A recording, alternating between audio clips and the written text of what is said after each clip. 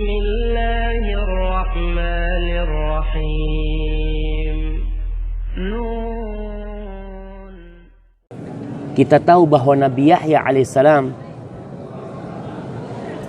termasuk yang tewas di tangan Bani Israel, di tangan orang-orang Yahudi. Nabi Yahya itu disembelih dan kepalanya dihadiahkan kepada seorang pelacur. Karena sang raja ingin menikahi sepupunya sendiri yang pada waktu itu tidak diperbolehkan. Dan Nabi Yahya mengatakan secara hukum nggak boleh. Akhirnya Nabi Yahya dibunuh dan kepalanya dihadiahkan kepada pelacur tersebut. Na'udzubillah min dzalik.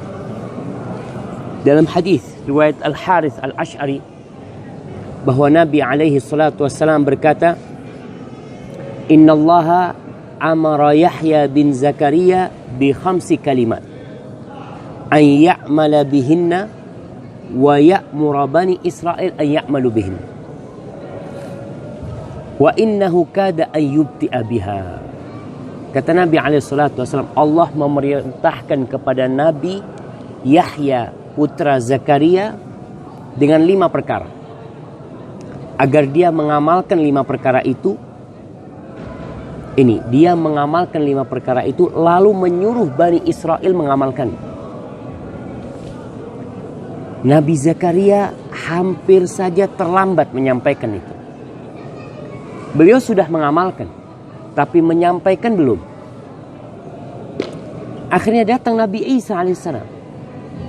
Faqala Isa, kata Nabi alaihissalam, lalu berkata Nabi Isa kepada Nabi Yahya, "Innallaha amaraka bi 5 kalimat li ta'mala biha wa ta'mura bani Israel an ya'malu biha."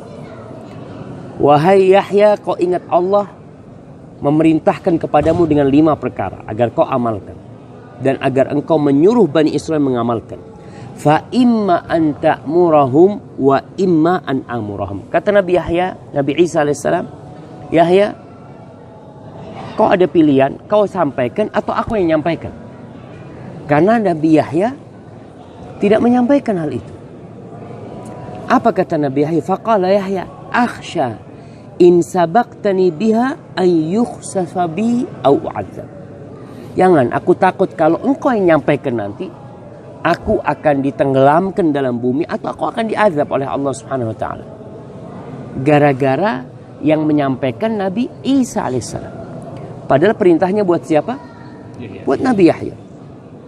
Fajama'an nas fi Baitul Maqdis. Nabi cerita. Lalu Nabi Yahya mengumpulkan manusia Bani Israel di Baitul Maqdis. Di sini di tempatnya.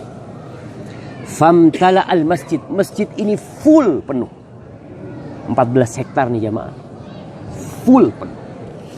Waqa'adu ala syuraf. Akhirnya orang itu sampai duduk di balkon-balkonnya. Di mana ada tempat mereka duduk di sana. Ana wallahu a'lam. Ini mukjizat. Bagaimana Nabi Yahya menyampaikan kepada semua orang pada waktu itu. Ana aja kalau ngomong di sini nih, yang sana nggak akan kedengeran. Tapi pada masa itu semuanya penuh. Lalu Nabi Yahya berkata, ini mungkin seperti kisah Nabi Ibrahim. Ketika Nabi Ibrahim selesai membangun Ka'bah, Allah mengatakan kepada Nabi Ibrahim, وَأَذِنْ فِي النَّاسِ بِالْحَجِّ يَأْتُوكَ رِجَالًا وَعَلَى كُلِّ ضَامِرٍ يَأْتِينَ مِنْ كُلِّ فَجٍّ عَمِيقٍ. Ibrahim, kau undang orang-orang untuk berangkat haji. Bayangkan, Nabi Ibrahim bingung. Gimana aku bisa mengundang seluruh manusia di muka bumi ini? Lalu Allah mengatakan, innama 'alaika nida wa 'alayya al-bala. Tugasmu memanggil, aku yang menyampaikan. Akhirnya Nabi Ibrahim berdiri di sebuah tempat di Mekah. Beliau mengatakan, innallaha amarakum bil hajj fahujju. Allah menyuruh kalian berhaji, kalian berangkatlah haji. Itu disampaikan kepada seluruh umat manusia pada waktu itu. Nabi Yahya berkata kepada Bani Israel, innallaha amarani bi 5 kalimat. Allah menyuruhku dengan 5 perkara agar aku mengamalkannya dan agar aku menyuruh kalian mengamalkannya. Bisa dibayangkan ucapan ini diucapkan di tempat ini oleh Nabi Yahya. Di mana kira-kira tempat itu? Kalau kita bersama Jamal selalu mengatakan wallahu a'lam. Ya, kita wallahu a'lam. Tapi yang jelas, yang menjadi kiblat itu kemungkinan besar adalah batu yang di sana. Artinya kiblat seluruh orang ini menghadap ke satu tempat. Sebagaimana penduduk Mekah yang sholat di Masjidil Haram, kiblatnya yang dari arah timur, arah barat, arah utara, arah selatan itu menuju ke satu tempat. Bukan seperti sekarang karena kiblat kita ke Masjidil Haram. Lalu beliau mengatakan, apa 5 perkara ini? Dan 5 perkara ini Nabi pun menyuruh kita untuk mengamalkannya. Yang pertama, an ta'budullah wa la tusyriku bihi syai'an. Agar kalian beribadah kepada Allah dan tidak melakukan kesyirikan. Jamaah kita ini kadang-kala merasa udah ibadah. Betul. Kita sholat, kita zakat, kita puasa, kita haji. Tapi dikatakan orang ahli ibadah itu bukan hanya dengan melaksanakan perintah, tapi dengan meninggalkan larangan. Orang Masya Allah ibadah kenceng, tapi tetap melakukan yang haram. Terjadi seperti itu. Maka di sini Nabi Yahya mengatakan Allah menyuruh kalian mentauhidkan Allah dan meninggalkan kesyirikan. Dan itu makna la ilaha illallah. Makna syahadat kita. Lalu Nabi Yahya mengatakan, wa inna mathala man asyraka billah, permisalan orang yang melakukan kesyirikan. Kayak apa sih orang melakukan kesyirikan? Satu-satunya dosa yang tidak diampuni itu syirik. Kezaliman yang paling nyata. Pertanyaannya, kenapa? Orang berzina 1000 kali masih kemungkinan dia diampuni. Orang membunuh, melemparkan bom, membunuh 100.000 orang, masih ada kemungkinan dia diampuni. Tapi orang melakukan kesyirikan 1 kali, mati dalam kondisi berbuat syirik, nggak ada ampunan buat dia. Kenapa jemaah? Kenapa? Iya, memang dia menduakan Tuhan. Tapi kenapa kok berzina 1000 kali diampuni? Berbuat syirik sekali. Dia percaya kepada Allah. Yang lainnya, jamaah, karena orang itu tidak punya kecondongan untuk melakukan kesyirikan. Allah nggak ngasih syahwat untuk berbuat syirik.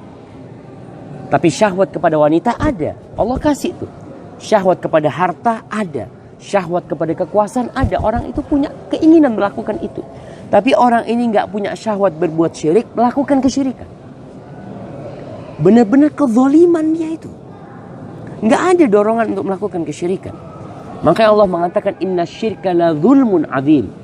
Kesyirikan itu kezaliman yang nyata sekali. Permisalannya seperti seorang yang membeli budak. Orang beli budak dari harta dia, dari emas atau perak, harta murni milik dia, bukan milik orang. Kemudian setelah budak itu dibeli, dibawa sama dia ke rumahnya. Kata orang ini rumahku. Ini pekerjaan yang harus kau kerjakan. Kau kerjakan, hasilnya berikan kepada aku. Fakana ya'man. Orang ini bekerja. Tapi hasil kerjaannya diberikan kepada orang lain. Fa'ayyukum yarda an yakuna 'abdahu kadzalik. Siapa di antara kalian yang mau budaknya seperti itu? Dia beli budak, dia kasih kerjaan, ini rumahnya, dia hasil kerjanya diserahkan kepada orang lain. Kita di negeri kita jemaah, tahu cukong-cukong yang di pantai, yang dia kasih nelayan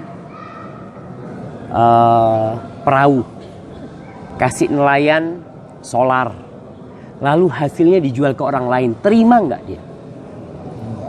Nggak mungkin orang nerima. Padahal mereka orang merdeka. Bagaimana dengan budak yang dimiliki? Terus bagaimana dengan kita yang diciptakan sama Allah? Allah yang menciptakan kita, Allah yang ngasih rezeki sama kita, Allah yang ngasih fasilitas sama kita semuanya. Lalu kita beribadah kepada selain Allah, minta kepada selain Allah. Maka itu perintah yang pertama. Yang kedua, wa innallaha amarakum bis shalah. Allah menyuruh kalian salat. Fa idza shallaitum fala taltafitu. Kalau kalian sholat jangan noleh, jangan tolah-toleh. Tadi Bang Yongki cerita, Ustaz, ana bingung Ustaz. Gimana Bang? Ngelihat anak-anak muda sholat sambil tolah-toleh, kata dia. Subhanallah. Iya. Lagi yang jamak. Lebih tua kayaknya tadi.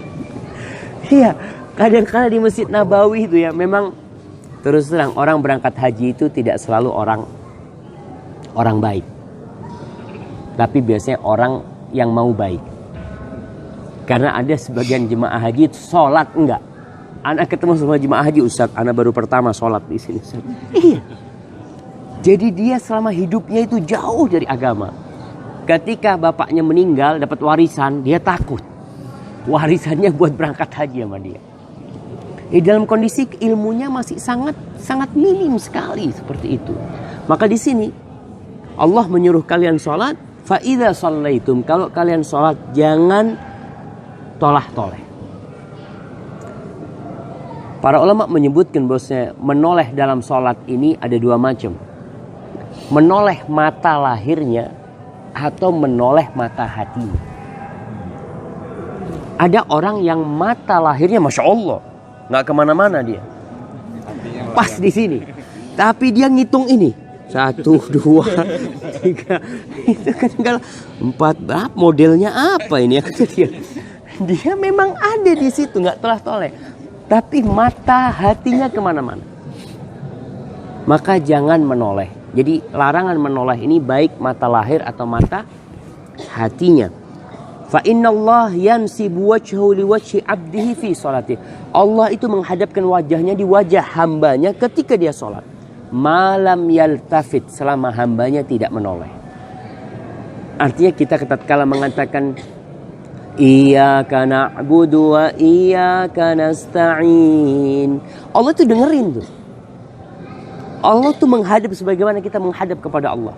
Tatkala kita mengatakan Allahu Akbar, ruku' mengatakan Subhana Rabbiyal A'la wa bihamdih, Allah tuh mendengarkan hal itu. Tapi tatkala kita membaca sedang pikiran kita kemana-mana, makanya kenapa kita dilarang sholat dalam kondisi menahan lapar, menahan buang angin, atau iya dilarang. Atau tadi disebutkan bukan menahan lapar. Artinya kalau kita itu ada hidangan terus komat, mana yang didahulukan? Makan dulu. Karena supaya hatinya tidak di sana. Lebih baik mana? Sholat mikir makan atau makan mikir sholat? Makan mikir sholat jemaah. Maka kita berusaha jamaah sholat itu dalam kondisi memang sempurna. Nabi SAW kadang-kala jadi imam, kalau dengar suara bayi nangis, beliau cepat sholatnya. Sampai sahabatnya bingung, ya Rasulullah, tajawwazta fis shalah. Kok begitu segeranya sholat? Kata, iya, aku dengar suara anak menangis. Aku takut ibunya kepikiran sama dia. Sampai seperti itu Rasul SAW. Beliau hadir, artinya ketika sholat itu tidak hanya mikirkan diri sendiri. Pernah Nabi SAW sholat ditunggangin sama Hasan sama Husain. Hasan atau Husain. Itu sujud sampai lama banget. Sahabat bingung. Sebagian sahabat itu naik kepala. Dilihat ada apa nih kata dia. Lalu setelah sholat yang nggak noleh tanya, ya Rasulullah ada apa tadi? Apa ada wahyu yang turun atau apa? Katanya enggak. Tadi Hasan mungkin lagi main kuda-kudaan. Aku nggak enak sama dia. Sebelum selesai senengnya dia. Sampai seperti itu Nabi SAW. Jadi sholat ingat dalam kondisi yang memang hati kita pas ya. Kalau ada sesuatu kadangkala mau sholat dalam kondisi hati mikir kompor udah mati belum, datang ke sana. Jangan batalin. Artinya sebelum sholat kalau sudah kepikiran itu sana. Supaya tidak jadi pikiran. Baik. Ada orang yang sholat jamaah pahalanya cuma 10%. Ada orang yang sholat pahalanya cuma 50%. Ada orang yang sholat nggak dapat apa-apa.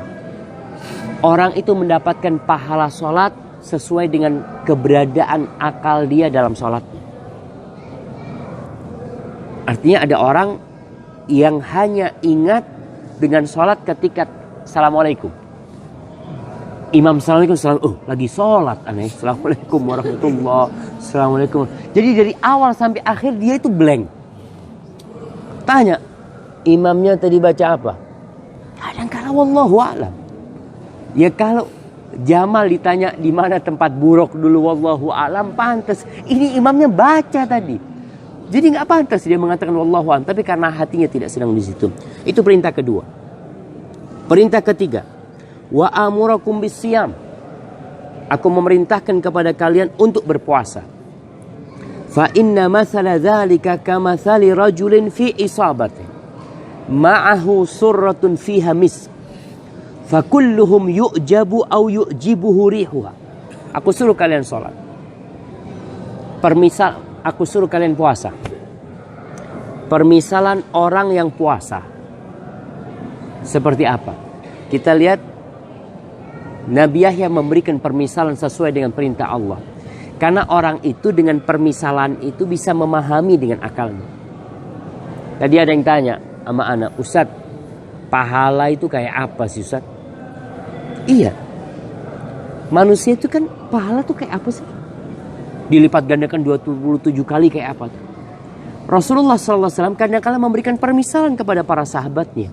Seperti pahala sholat jenazah.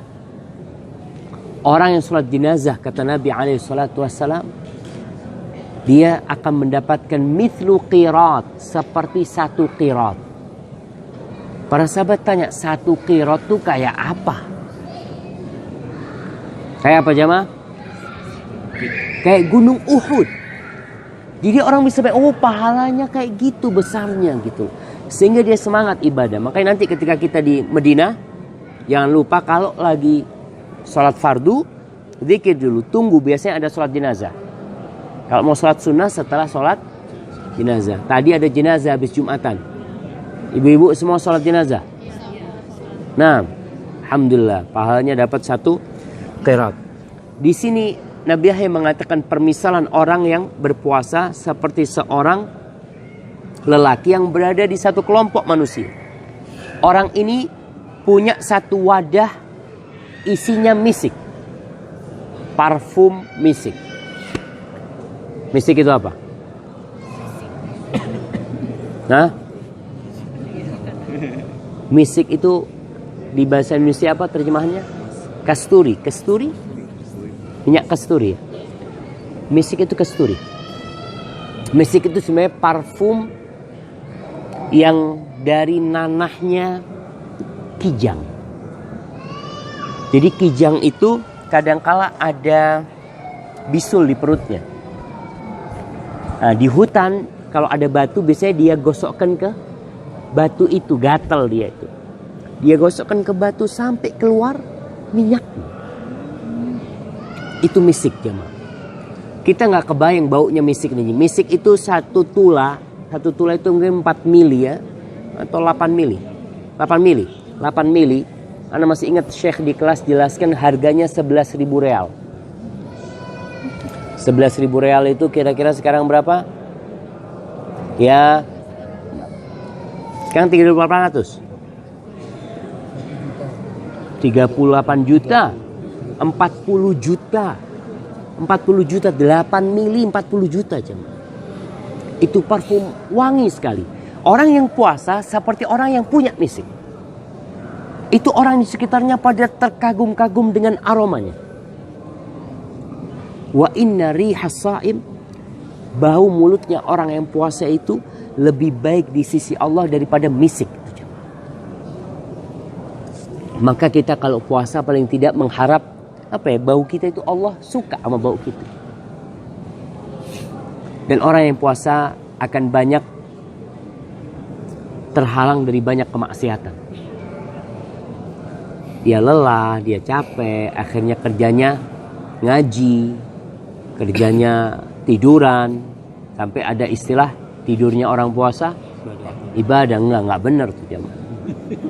Artinya tidurnya orang puasa ya tidur. Tapi kalau dia tidur untuk lebih kuat beribadah akan jadi ibadah. Baik, itu perintah yang keberapa? Ketiga. Perintah yang keempat. Wa amurukum bis sadaqah. Aku menyuruh kalian sedekah. Kita akan lihat ini rukun Islam yang 4. Yang pertama tauhid, yang kedua salat, yang ketiga puasa, yang keempat zakat. Sama. Yang diperintahkan oleh Nabi Zakaria kepada Bani Israel sama dengan yang diperintahkan Nabi SAW kepada kita. Aku menyuruh kalian bersedekah. Fa inna matsal dzalik. Orang sedekah itu pahalanya kayak apa sih? Apa gunanya kita sedekah? Tadi kita kasih ke Syekh. Kadang-kala kita ada masjid kita masukin. Dapat apa sih kita dengan sedekah? Permisalan orang yang sedekah kamatsali rajulin asarahul adu. Seperti seorang lelaki yang ditawan oleh musuh. Ditawan oleh musuh. Fa'awthaqu yadahu ila unuqih. Dijelaskan oleh Nabi Zakaria, orang-orang ini mengikat tangannya dibelenggu ke lehernya. Wa qaddamuhu liyadribu unuqah. Dia akhirnya digiring untuk dipenggal kepalanya. Faqala, ketika dia mau dipenggal, orang ini ngomong, afdikum bil qalil wal kathir. Aku akan tebus diriku dengan hartaku yang sedikit dan yang banyak. Aku akan serahkan kepada kalian. Fafada nafsahu minhum. Akhirnya orang ini selamat dari azab itu. Begitu pula orang yang bersedekah. Dia itu sedang menebus dirinya dari api neraka. Dia bayar terus. Kita ajak di dunia jamaah. Ya, ketika anak kita, na'udzubillah mudah-mudahan tidak ada yang bermasalah kena narkoba. Kita lihat orang anaknya kena narkoba, bayar berapa dia sama polisi? Tergantung. Sudahlah 100 juta keluar. Ketika kena lagi, dia bayar lagi. Terus dia bayar, kepingin anaknya selamat. Tapi nanti pada hari kiamat, orang-orang kafir itu, yawaddul mujrimu law yaftadi yawma idzin bibani. Orang-orang yang melakukan kejahatan pada hari kiamat itu ingin menebus dirinya, walaupun yang menjadi tebusan adalah anaknya sendiri. Di dunia orang tua keluarkan harta untuk menebus anaknya. Di akhirat orang tua ingin anaknya jadi tebusan. Anakku masuk neraka nggak apa-apa, yang penting aku jangan masuk neraka. Karena dia tahu azab Allah nggak kebayang jemaah. Wa sahibatihi yawaddul mujrimu law yaftadi yawma idzin yawaddul mujrimu. Allahu akbar. Law yaftadi yawma idzin bi akhi wa sahibatihi wa bani wa fasilatihi allati tu'yu min fil ardi jami'an thumma yunji. Kalau anaknya nggak cukup, istrinya dia jadikan tebusan, saudaranya dia jadikan tebusan, belum cukup keluarganya semua. Satu suku dia jadikan tebusan. Satu bangsa Indonesia jadikan tebusan untuk satu orang. Belum cukup, waman fil ardi jami'an kata Allah. Semua penduduk bumi. Dia ingin mereka jadi tebusan diri. Subhanallah. Sekarang kita masih hidup. Kita masih bisa nebus diri kita. Dengan apa? Dengan fulus. Dengan uang. Kau tebus lagi, tebus lagi. Artinya semakin banyak Allah kasih kau, semakin banyak seharusnya kau menebus dirimu dengan harta itu. Nabi SAW mengatakan, ittaqin nar walau bisyiqqi tamrah. Selamatkan diri kalian dari api neraka walaupun dengan setengah butir kurma. Artinya sedekah itu nggak harus orang kaya. Orang miskin pun bisa sedekah. Setengah butir kurma. Kita lagi kumpul bersama. Wallah kita nggak tahu sedekah kita yang diterima yang mana jemaah. Kumpul bersama ada kurma kita kasih fadhol. Kadang-kala sedekah air. Tadi kita pulang dari masjid ada yang sedekah air. Orang kan kadang-kala merasa remeh itu. Sedekah itu remeh. Antum ingat jemaah, seorang wanita pelacur yang hanya memberi seekor anjing minuman. Bukan dia kasih daging, bukan dia kasih kasih minuman. Masuk surga gara-gara itu, bayangkan. Dan seorang wanita masuk neraka gara-gara kucing. Hati-hati tuh.